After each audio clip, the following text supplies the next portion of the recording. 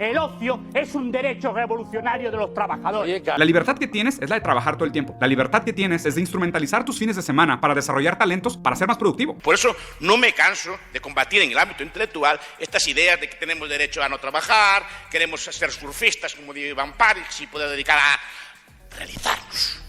Vamos a realizarnos, vamos a disfrutar de la vida. Que Estado que nos dé una paga a todos y que nos mantenga. Nos juntamos entre los cuatro con la renta básica, tomamos un piso y nos dedicamos a realizarnos, a hacer pintura y arte, cosas por el estilo. Y que nos mantengan los demás, los que trabajan, ¿no? Porque ¿quién trabajaría en esa sociedad de renta básica para mantener a los otros? Ese es el problema. Ese tipo de ideas hacen mucho daño.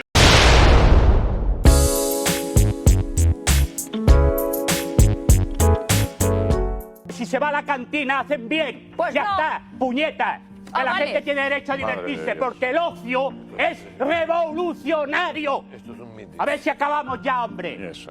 Hombre, ya está bien.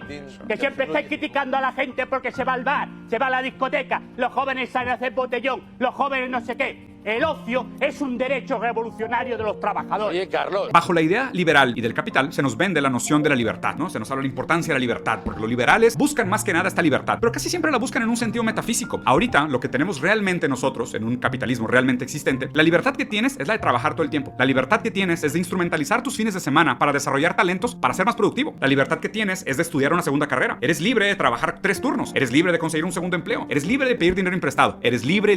Pero eres libre siempre y cuando esa libertad se use para incrementar tu productividad y tu capacidad productiva. ¿Dónde está la libertad de no hacer nada? ¿Dónde está la verdadera libertad? La libertad fáctica, la libertad real, material, de decir, no quiero hacer nada productivo, quiero ir al antro, quiero ir al bar, me quiero quedar acostado, quiero descansar, quiero pintar, quiero escribir poesía, quiero hacer cosas que no necesariamente vayan de la mano con la lógica productiva del capital. ¿Dónde está la verdadera libertad en el capital? Si todo el tiempo, cada vez más, a la gente se le obliga, se le subyuga y se le esclaviza a instrumentalizar cada segundo de sus vidas en nombre de la productividad. ¿Somos realmente libres? Y en ese sentido, la libertad es un pensamiento y es un valor, un atributo revolucionario, porque nosotros tenemos que pensar la libertad como un tipo de resistencia contra la propia lógica productiva del capital. Si nosotros lo permitimos, el capital como un sistema que tiene sus propias condiciones de éxito, se infiltra en nuestro inconsciente y transforma todas nuestras intenciones, captura inclusive nuestro deseo, instrumentaliza nuestro deseo en nombre de la productividad. No sabemos lo esclavizados que estamos porque ni siquiera somos capaces de ver las cadenas que nos aprisionan. El hecho de que llegue el fin de semana y lo primero que pienses tú es la mentalidad de hustle y el grind mindset y estés pensando en cuál libro vas a leer sobre los hábitos de las personas altamente eficientes y productivas,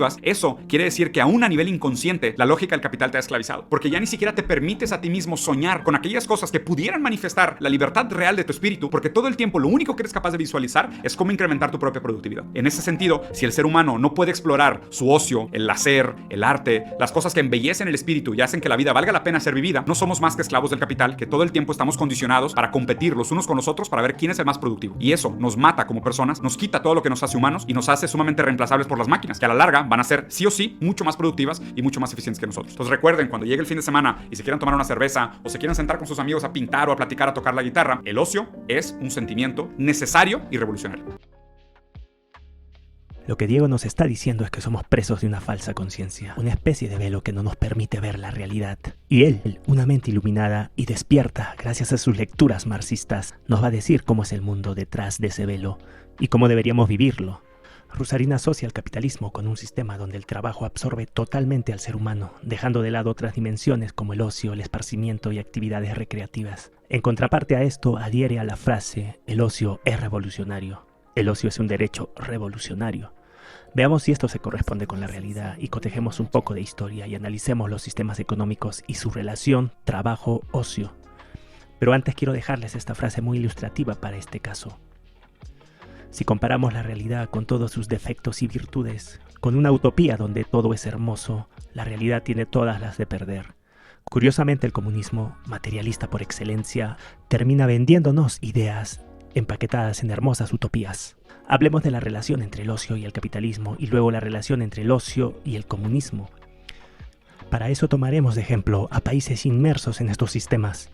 Miguel Ancho Bastos nos expone cómo el capitalismo, en un proceso arduo, lento y gradual, fue mejorando las condiciones de vida de los países que se apegaron a este sistema. Yo no sé cómo era aquí antes. Yo sé, en Galicia, mi abuelo, que en paz descanse, trabajó desde los 9 años. Trabajaba en la conserva, en el campo con los animales y cultivando la tierra, y este tipo, desde los 9 años. Pero él no andaba a protestar, y no había domingos, no había domingos. Mi abuelo nunca conoció un domingo, hasta muy mayor conoció un domingo. Porque los animales comen todos los días. No sé si algunos de ustedes tienen antepasados en el campo, pero los animales comen todos los días y hay que cuidarlos todos los días. Y hay que ordeñar las vacas o lo que sea todos los días. No había descanso. Ahora, gracias a que la ahorró, gracias a que hizo cálculo económico, ya mi padre y yo ya pudimos trabajar de otra forma. Pero gracias a Dios se lo agradezco. Pero aún así mi abuelo, aún estando mal, cada día de su vida estaba mejor, porque veía que el país iba prosperando y que iba avanzando y que el sistema económico era el único que había.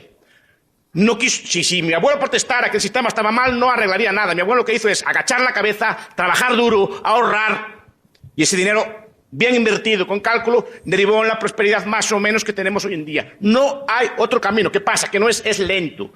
Es lento. Es un proceso que lleva 50 o 60 años, no es mañana. A lo largo de la historia, los sistemas económicos han determinado en gran medida la calidad de vida de las personas. Entre ellos el capitalismo, basado en la propiedad privada, la competencia y el libre mercado, ha sido uno de los que más ha influido en la transformación social desde la revolución industrial hasta nuestros días. A pesar de sus críticas, es innegable que el capitalismo ha contribuido a mejorar las condiciones materiales de vida y ha permitido que millones de personas dispongan de más tiempo para el ocio, un lujo que en otros sistemas o épocas era casi inexistente para las mayorías. Uno de los principales motores de esta mejora ha sido el progreso tecnológico incentivado por la competencia económica.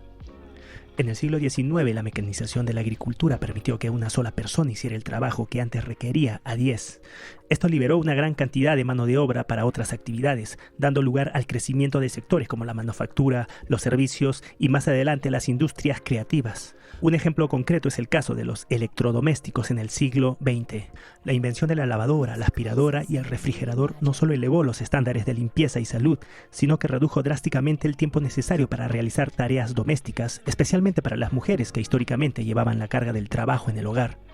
Asimismo, el crecimiento económico sostenido en muchos países capitalistas permitió la creación de una clase media con poder adquisitivo, algo impensable en épocas anteriores donde las riquezas estaban concentradas en pequeñas élites. Gracias a este fenómeno, productos antes considerados lujos como automóviles, vacaciones, televisores o acceso a estudios superiores se volvieron accesibles para un porcentaje cada vez mayor de la población. Por ejemplo, en países como Estados Unidos, Alemania o Japón, después de la Segunda Guerra Mundial se vivió un auge del consumo del tiempo libre, lo que permitió el desarrollo de la industria del entretenimiento como el cine, el turismo o los parques de diversiones. Otro factor clave ha sido la reducción paulatina de la jornada laboral, especialmente en los países desarrollados. En el siglo XIX no era raro que se trabajaran 12 o 14 horas diarias, 6 o 7 días por semana. Sin embargo, gracias a los avances tecnológicos y al aumento de la productividad capitalista y también a la presión social, la jornada laboral fue reduciéndose. Hoy en muchos países se trabaja en promedio 35 a 40 horas semanales y se dispone de fines de semana, vacaciones pagadas y jubilaciones. Todo esto ha abierto la puerta a actividades de ocio como viajar, practicar deporte, estudiar por interés personal o simplemente descansar. También cabe mencionar el impacto del capitalismo en la innovación en salud y bienestar. La inversión privada en investigación médica y farmacéutica ha dado lugar a avances como las vacunas, los antibióticos, los tratamientos contra el cáncer, prótesis y tecnologías como la resonancia magnética. Al vivir más y con mejor salud, las personas tienen más tiempo para disfrutar de sus vidas y de sus intereses personales. Por ejemplo, enfermedades que antes eran letales o incapacitantes, hoy pueden ser tratadas o prevenidas, permitiendo que la gente se mantenga activa por más años.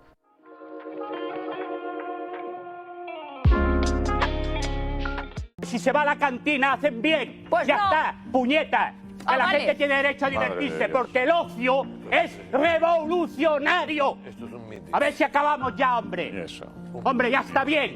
Que siempre estáis criticando a la gente porque se va al bar, se va a la discoteca, los jóvenes salen a hacer botellón, los jóvenes no sé qué. La cultura del tiempo está siendo sistemáticamente atacada en nuestras sociedades, incluso a veces con su colaboración. Vamos a pasarlo bien, fiesta. ¿Qué más da? ¿Para qué vamos a ahorrar? ¿Para qué vamos a sacrificarnos ahora? Somos jóvenes. Pues no.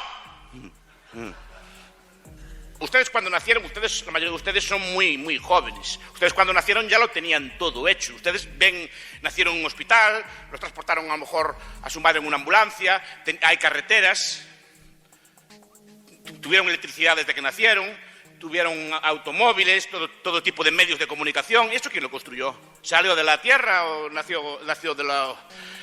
Como si lo sembraron y nació después? ¿O fue fruto del ahorro durísimo de sus abuelos y bisabuelos, que vivían en circunstancias mucho más pobres que las suyas, ahorraban mucho más que ustedes y sacrificaban, eran gente dura y ruda, en el sentido de que eran capaces de vivir, sacrificarse, por darles un futuro mejor a ustedes, a sus padres y a ustedes que están haciendo, quemando y comiendo capital. Por eso me critico todas estas ideas modernas de vivir sin trabajar, las rentas básicas y estas cosas todas que hay con la de moda, porque son ideas que atacan directamente al núcleo de la riqueza, son ideas que solo hablan de redistribuir lo que hay, como si lo que hay estuviera dado. Si no hay capital y ahorro, ¿cómo mantenemos el nivel de vida? Si gastamos el dinero en rentas básicas y vivir sin trabajar 2 o 3 años, ¿qué le pasa a la acumulación de capital? ¿Qué le pasa a la riqueza que tenemos nosotros? Por eso no me canso de combatir en el ámbito intelectual estas ideas de que tenemos derecho a no trabajar, queremos ser surfistas como dice Van Parijs y poder dedicar a realizarnos. Vamos a realizarnos, vamos a disfrutar de la vida. Que el Estado que nos dé una paga a todos y que nos mantenga. Nos juntamos entre los cuatro con la renta básica, tomamos un piso y nos dedicamos a realizarnos, a hacer pintura y arte, cosas por el estilo. Y que nos mantengan los demás, los que trabajan, ¿no? Porque ¿quién trabajaría en esa sociedad de renta básica para mantener a los otros? Ese es el problema. Ese tipo de ideas hacen mucho daño a la ética del trabajo. Tanto en la Unión Soviética como en la China comunista, el trabajo forzoso fue una herramienta clave de control social y económico, especialmente en los primeros años de consolidación del poder comunista. Ambos regímenes, bajo la retórica de la construcción del socialismo, establecieron sistemas penitenciarios donde millones de personas fueron obligadas a trabajar en condiciones extremas. En la URSS, el sistema de campos de trabajo forzado, conocido como gulags, alcanzó su máxima expansión durante el gobierno de Stalin, especialmente en las décadas de 1930 y 1950.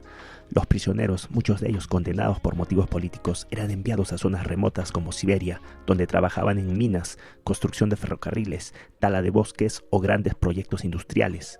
Las jornadas laborales eran extenuantes, con turnos que fácilmente superaban las 12 horas diarias, con temperaturas bajo cero, alimentación mínima y sin garantías sanitarias. El incumplimiento de las cuotas de producción se castigaba con reducciones de comida, aislamiento o incluso la muerte. En la China comunista, tras la victoria del Partido Comunista en 1949, se instauró el sistema de Laogai, abreviatura de Reforma por el Trabajo, un equivalente chino al Gulag soviético. Bajo el liderazgo de Mao Zedong, especialmente durante las campañas como el Gran Salto Adelante de 1958 y 1962 o la Revolución Cultural de 1966 a 1976, millones de ciudadanos fueron detenidos por crímenes contrarrevolucionarios o simplemente por ser considerados enemigos del régimen. Las jornadas también eran extremadamente largas, frecuentemente superiores a las 14 horas, y los detenidos eran forzados a trabajar en agricultura, manufactura o grandes obras públicas. La reeducación ideológica era parte esencial del castigo, combinando el trabajo físico con sesiones de adoctrinamiento político. En ambos casos, el trabajo forzoso no solo tenía un objetivo económico, sacar provecho del trabajo gratuito, sino también un propósito político, quebrar la voluntad del individuo y forzarlo a adaptarse al modelo comunista. El sistema no distinguía entre criminales comunes y opositores políticos. Cualquier crítica o desviación del pensamiento oficial podía llevar a una condena de años de trabajo forzado.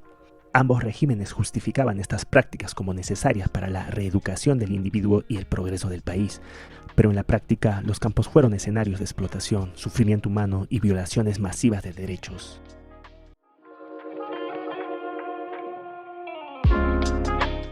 ¿Cómo eran los trabajos en la China comunista de Mao? Durante la era maoísta, el trabajo estaba completamente controlado por el Estado. No existía el empleo privado como tal y casi toda la población activa trabajaba en comunidades agrícolas colectivas, llamadas comunas populares en el campo, fábricas estatales en las ciudades, proyectos de infraestructura impulsados por el gobierno como presas, canales, ferrocarriles, etc.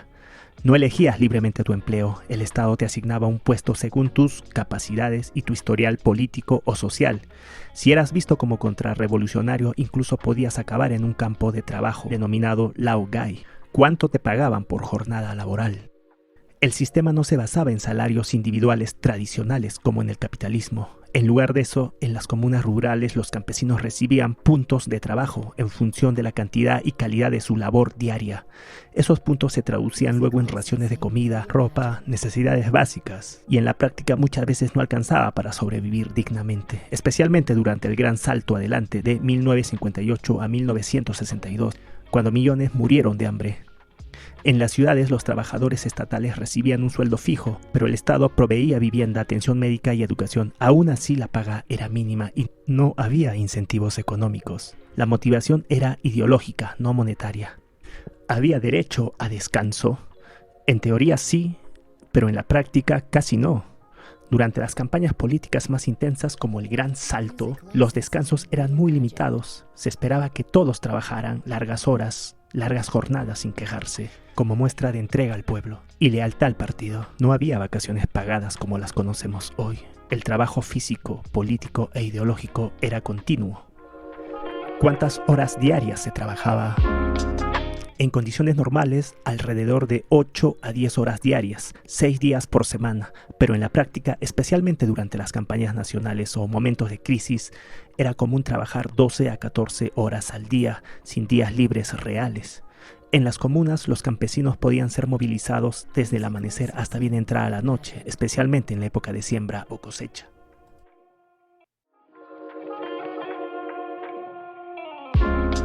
El ocio es un derecho revolucionario de los trabajadores. El ocio en los países comunistas era un lujo prácticamente difícil de alcanzar. En los países de la orbe comunista del siglo XX, como la Unión Soviética, la China de Mao, Corea del Norte o la Cuba castrista, el ocio no era solamente escaso, sino que también estaba profundamente regulado por el Estado. La ideología comunista priorizaba la producción, el trabajo colectivo y la disciplina por encima de las necesidades individuales, incluyendo el tiempo libre.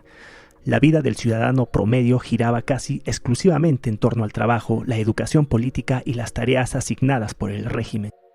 El tiempo de ocio era visto con recelo por los gobiernos comunistas, ya que se temía que sin supervisión pudiera convertirse en una fuente de pensamiento crítico, disidencia o decadencia burguesa.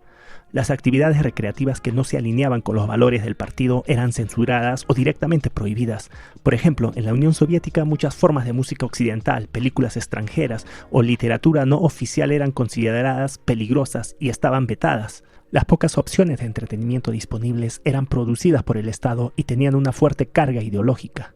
Además, las duras condiciones económicas y las jornadas laborales extenuantes dejaban poco tiempo y energía para el disfrute personal.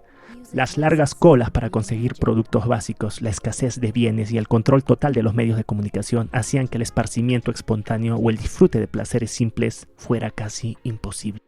En resumen, en los países comunistas el ocio no era visto como un derecho o una necesidad humana, sino como una amenaza potencial al orden establecido. Por eso, vivir momentos de ocio auténtico, libre y espontáneo era para la mayoría casi un imposible.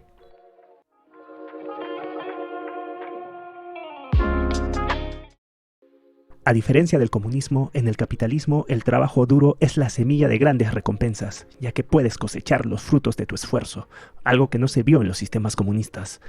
El trabajo duro no solo es una virtud, es una inversión. En un mundo donde muchos buscan atajos, quien se compromete de verdad con el esfuerzo constante y enfocado está construyendo algo que va mucho más allá del presente, está preparando su propio futuro.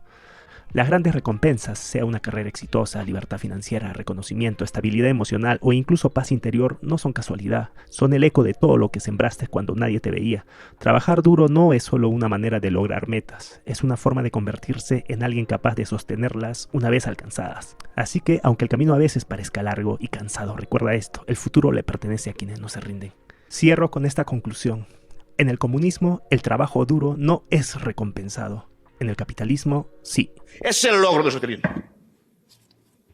Cogen en cambio al revés. En el año 60, Sudán y Corea del Sur tenían exactamente la misma renta. Pueden contrastarlo también. Sudán siguió como estaba, Corea del Sur abrazó el capitalismo más o menos salvaje. multiplicó la renta por 30 y el otro quedó como estaba. Ahora Corea del Sur tiene la renta de Italia o de España y Sudán seguro que estaba. Esa es la solución a la pobreza. Ya sé que es muy simple lo que estoy explicando. Necesita más tiempo. Esta es la solución a la pobreza y no hay otra solución a la pobreza. Capitalismo, ahorro y trabajo duro. No hay otra cosa.